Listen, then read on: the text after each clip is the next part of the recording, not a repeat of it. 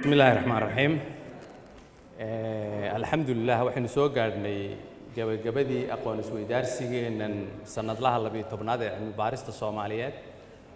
wuxuu inoo socday 3 maalmood talaadadii arbacadii iyo khamiistii maanta iyo shalay iyo daraad waxaa lagu soo bandhigay dhowr iyo 20 diraasadood kala duwan oo ku wada wareegay halku dhaga sanadkan halku dhaga oo ahaa aqoon isweydaarsiga oo ahaa qaabaynta iyo dib u qaabaynta bulshada qaabayn iyo dib u qaabayn waxa xoog la saarayay kaalinta baraha bulshada waxbarashada iyo siyaasaddu ay ku leeyihiin qaabaynta iyo dib u qaabaynta bulshada guud ahaanba waa la hubaa ciwaanka aadka u ballaaran inaan 3 maalmood lagu soo dhameyn karin waa la hubaa laakiin waxaan isleeyahay wax walba oo laga dhihi lahaa wax waa laga taabtay taabashadaas waxna waa laga tilmaamay qaarkoodna wax madaxeena hore ugu jiray bay xusuus u noqonayaan qaarkoodna waxyaabo kaleeto ay tahay inaan ka fikirno ayay xanxantayn ay u noqonayaan marka waxaan rajaynayaa 3 maalmood aynu wada joognay gabagabadeedii aynu maanta joogno hawshaas inaynu si fiican u kala faa'iideysanay daraasadahaas la soo bandhigay ka sokow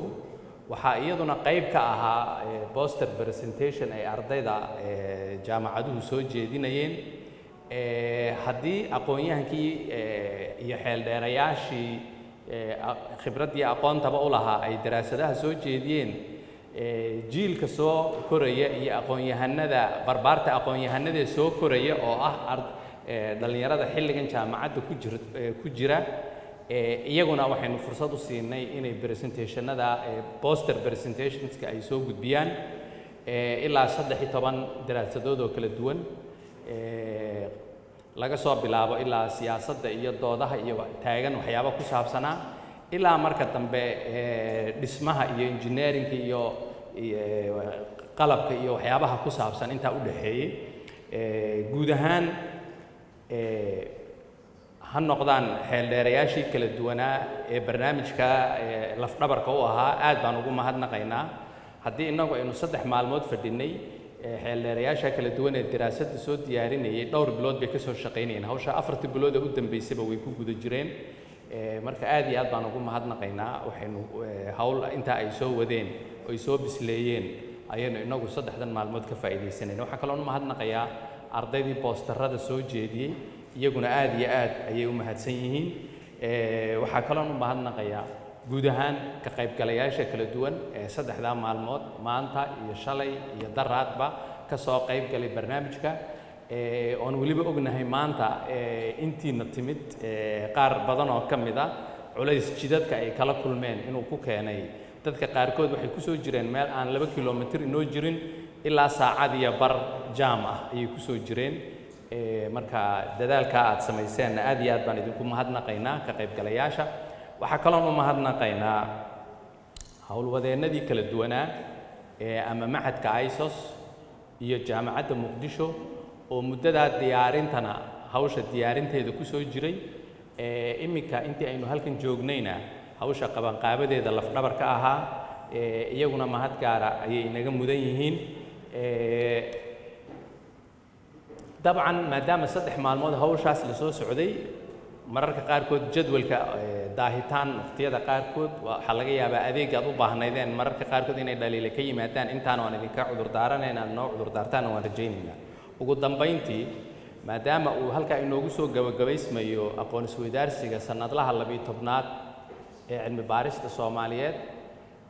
gabagabadaasi isla markaa waxaa la bilaabmaya u diyaar garowga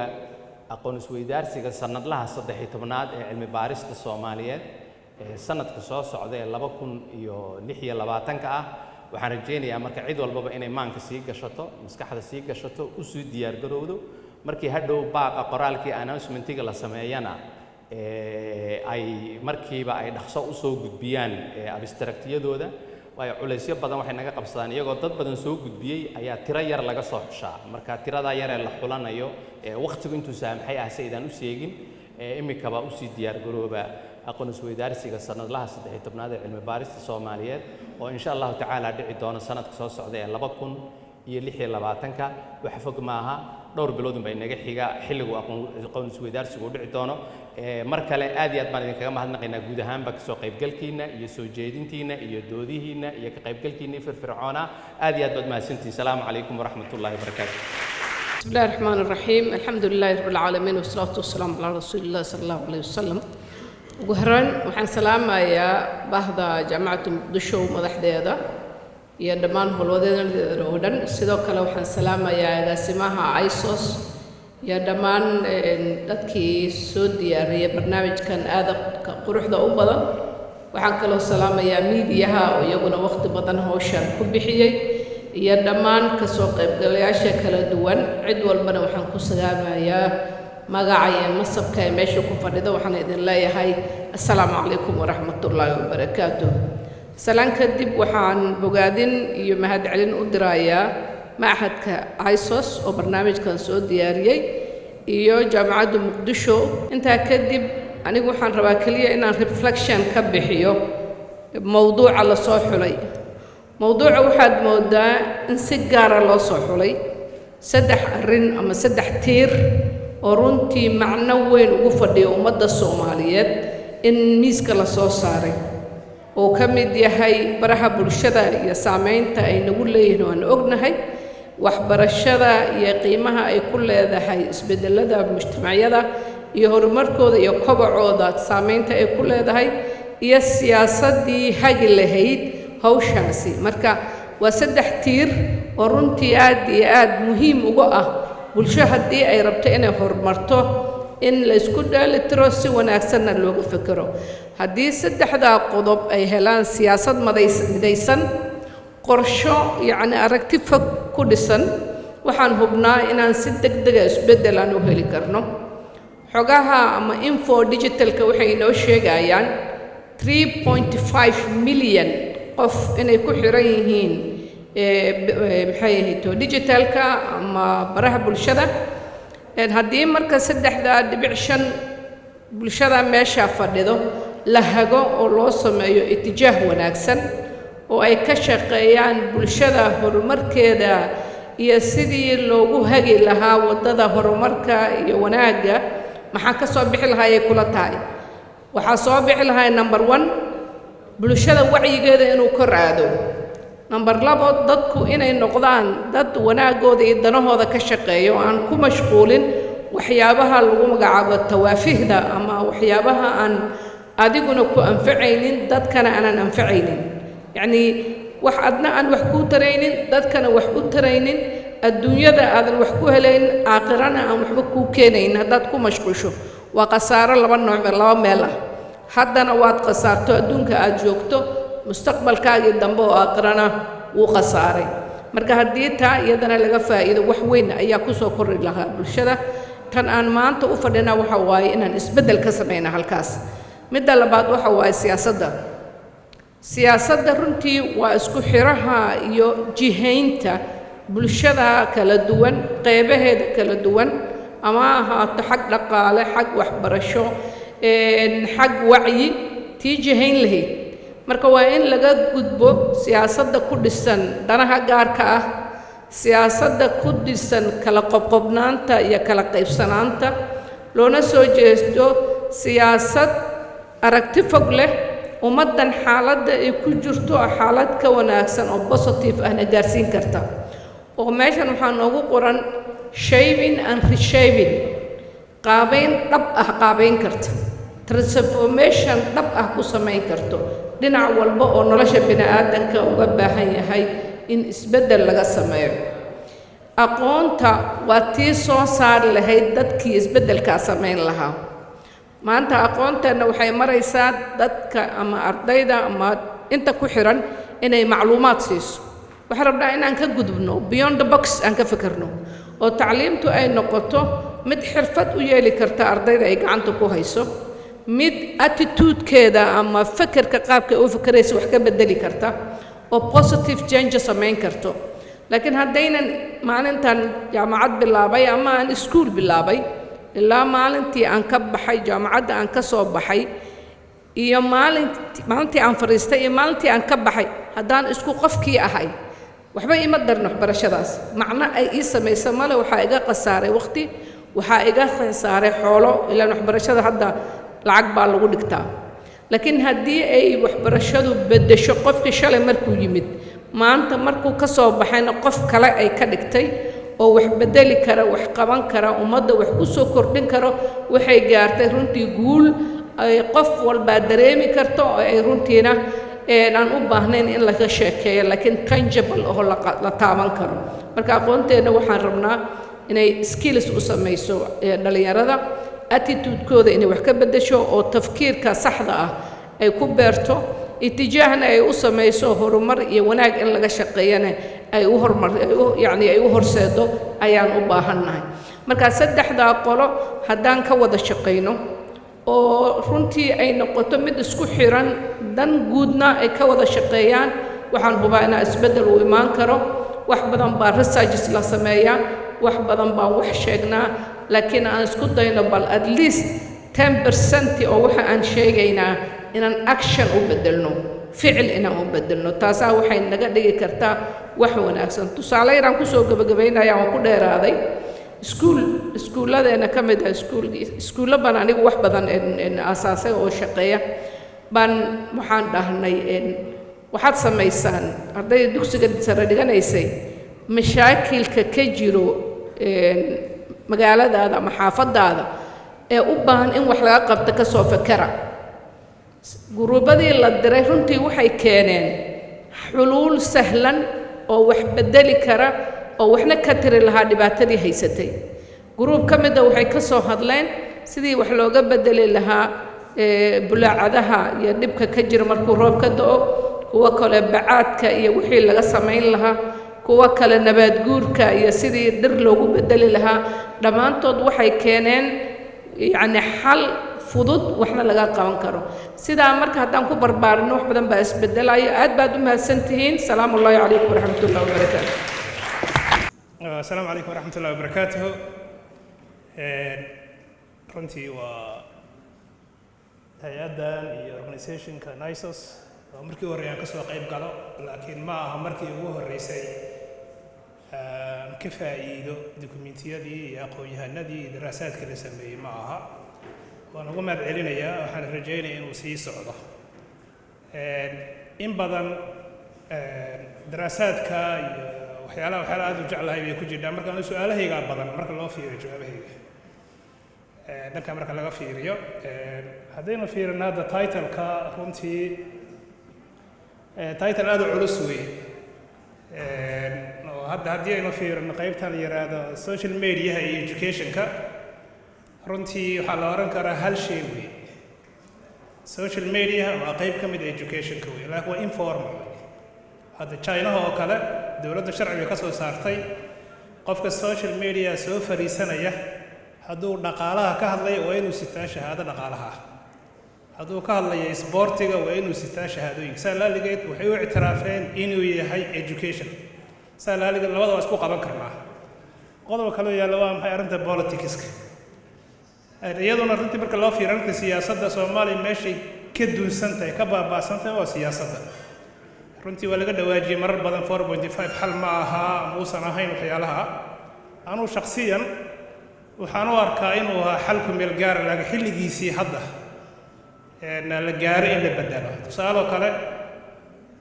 waxaa dhici karta yacni qof kastoo caqli lagu dareemi kara adigoo jid socdaad aad la kulantid qof yacni xidid go-ayo dhiig baxaya isma weydiinaysid inaa marada ku xiraysid ma wasakh ba ah mise waa nadiif oran maysid shay ugu horeysa minus waa maxay dhiiggan jooji infectionkana gadaalka dawee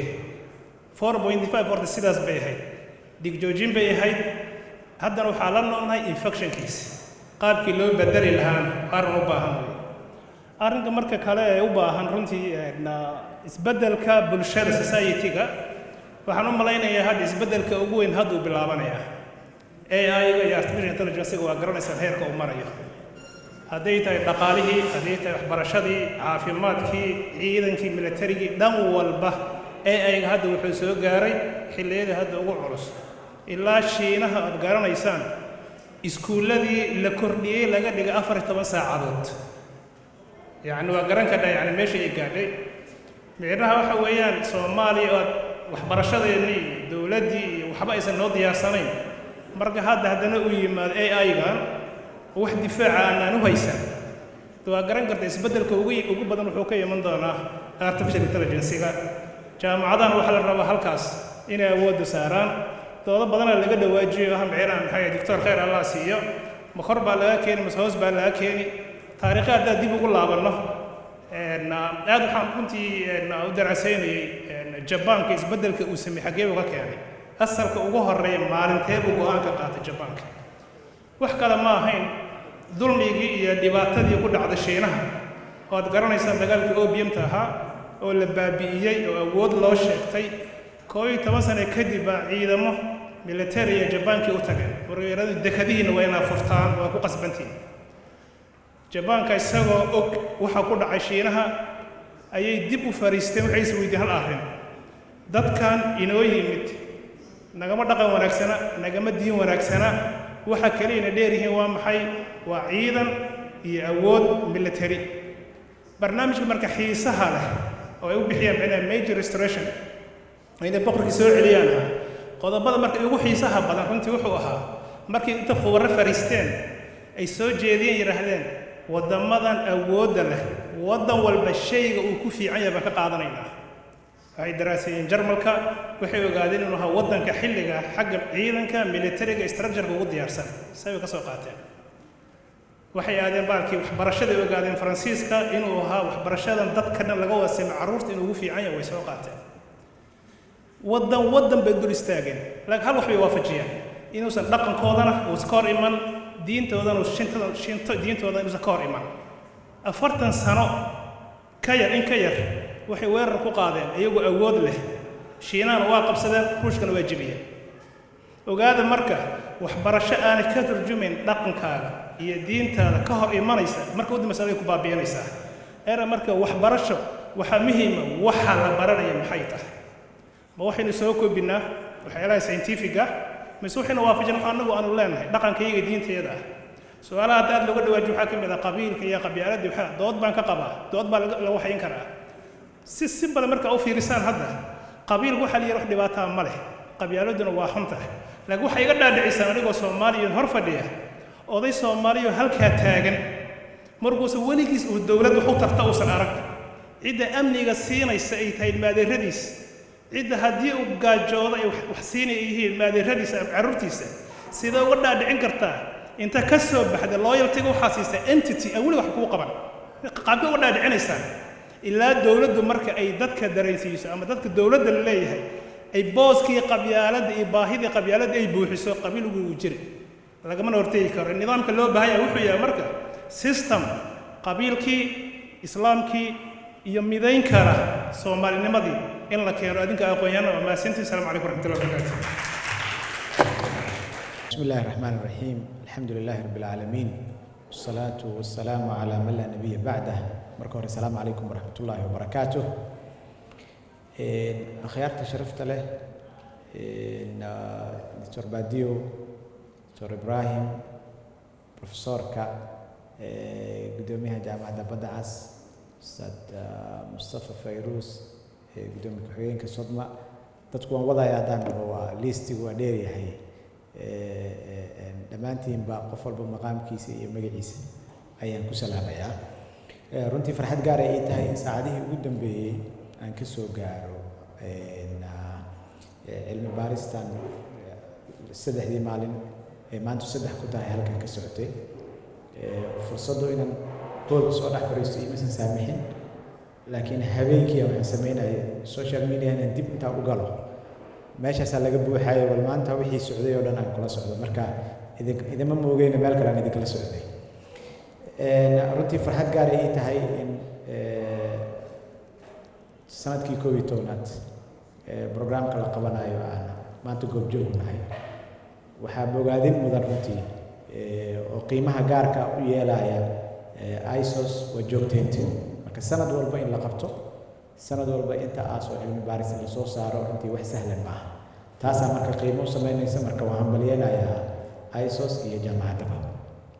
runtii sanadkan waxaa muuqata dood waayadan ugu dambeysay soo xoogeysanaysay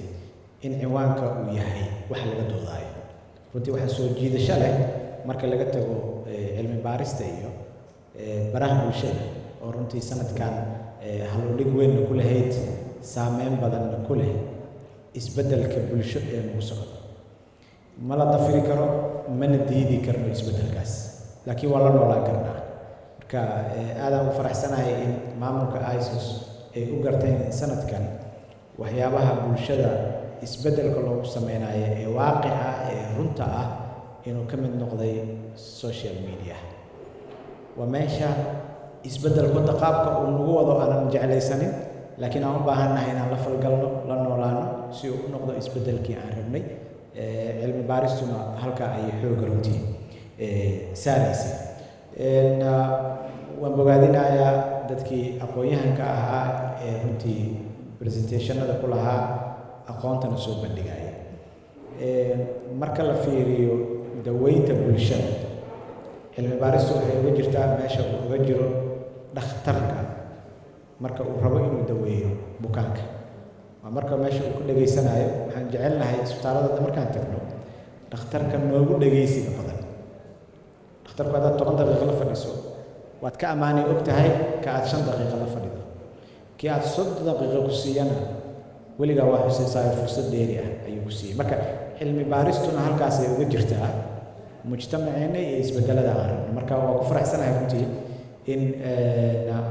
sanad walbaba diiradda la saaro meesha aan isleenahay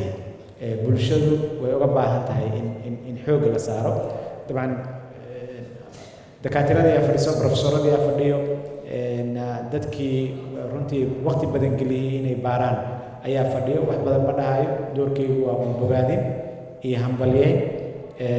ISOS iyo jaamacaddaba iyo dadkii kala shaqeeyay in sanadkan sidaan u qabsoonto oo presentationada ku lahaa intaasay mudan yihiin runtii wax kaloo aan dheeriyahay aan ku daraayo mal asalaamu calaykum waraxmatullaahi wabarakaatu بسم الله والحمد لله والصلاة والسلام على أشرف المرسلين سيدنا محمد وعلى آله وصحبه وسلم دوميها قولها سرع جامعة iyo xubnaha kale مسؤولينta jaamacadda gudoomiyaalka jaamacadaha dalka agaasimaha maxadka ISOS madaxda kale ee hay'adaha kala gedisan ee halka fadhiya oo aad ka u fara badan ka soo qaybgalayaasha cilmi baarayaasha ama xildheerayaalka saddexdii maalmood halkan barnaamijyada fiican inooga soo jeediyey dhammaan warbaahinta kelimo yaroo waxaa la keenay hadda lagaga raystay magacii badnaa ee la tirinaysa una qofba u xanaaqin qof walba magaciisa iyo mansibka ku fadhiyaan ku salaamay assalaamu calaykum waraxmatullaahi wabarakaatu waa mahadcelin hadal kale hadda meeshan ma yaallo aad iyo aad ayaan ugu mahadcelinayaa maxadka ISOS iyo hoggaankiisa oo ku guulaystay inay muddo 12 sano ay joogteeyaan barnaamijkan ISOS aad bay u mahadsan yihiin bogaadina waa mudan yihiin waxaa kale oo mahad ballaaran mudan aqoon-yahankii maskaxdooda soo tuujiyey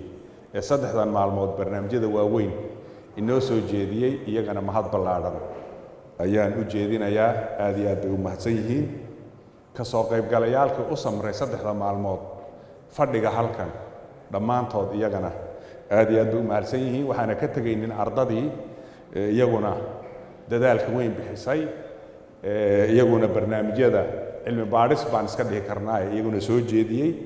ayaguna oo kuliyadahooda kala gedisan ka soo jeediyey qof kastaba gacantu ka geystay ayaan ugu mahadcelinayaa runtii 3 mawduuc waa la sheegay waana laga hadlay in lagu celceliyana waxba uma baahna laakiin kolkaan aniga dhagaystay 3 maalmoodba dhagayeeyey waxaan is leeyahay cidna ma inkiri karto isbeddelka weyn baraha bulshadu ay saamaynta iyo culayska ay hadda leeyihiin laakiin waxa uun ugu muhiimsan oon cidna inkiri karin fursadaha fiican ee baraha bulshadu ay ina siiyeen oo u baahan inaan si fiican uga faa'iidaysano dhibkeedana dhinaca kale aan iska ilaalino oo looga hortago qawaaniin iyo aan leenahay ciddii ku shaqo lahayd oo dowladda iyo hay-adda isgaarsiinta qaranka in la keeno qawaaniin sharkeeda aan iskaga qabanno si aan faa'iidada weyn ay leedahay cidna inkiri karin aan uga faa'iidaysano taasu intaan hadda wararkiina oo dhanna ka fahanay horeyna aan u arkayna qaybo ka mid ah ayay tahay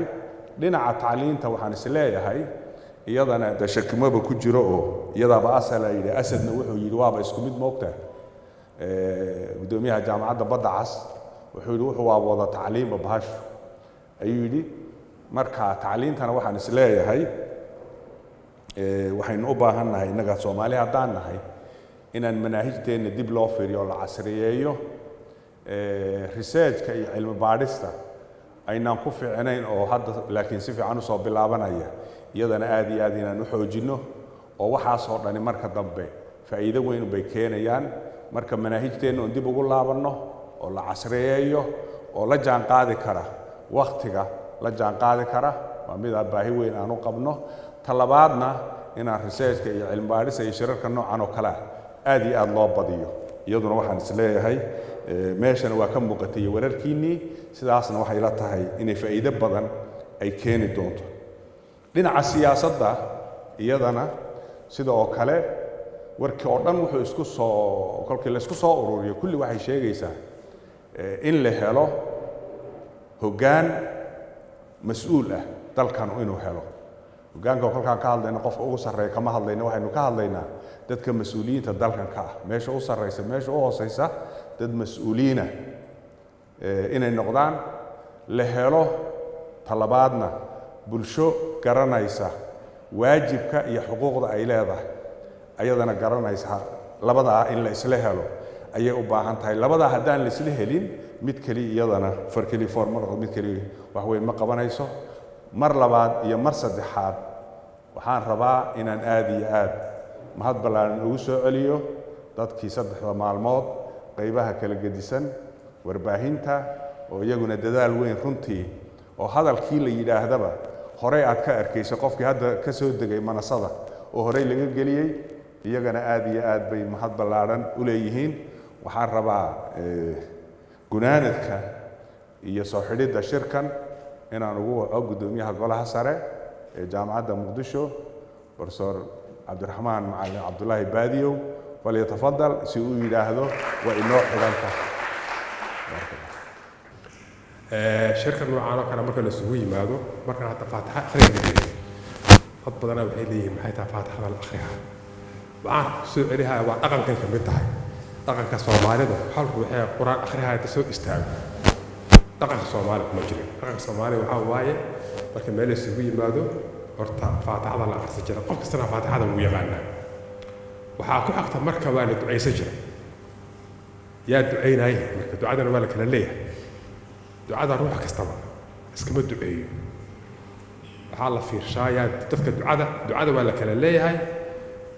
qaabka cuntada loo cuno waa yaa bilaabaya cuntada waa la kala leeyahay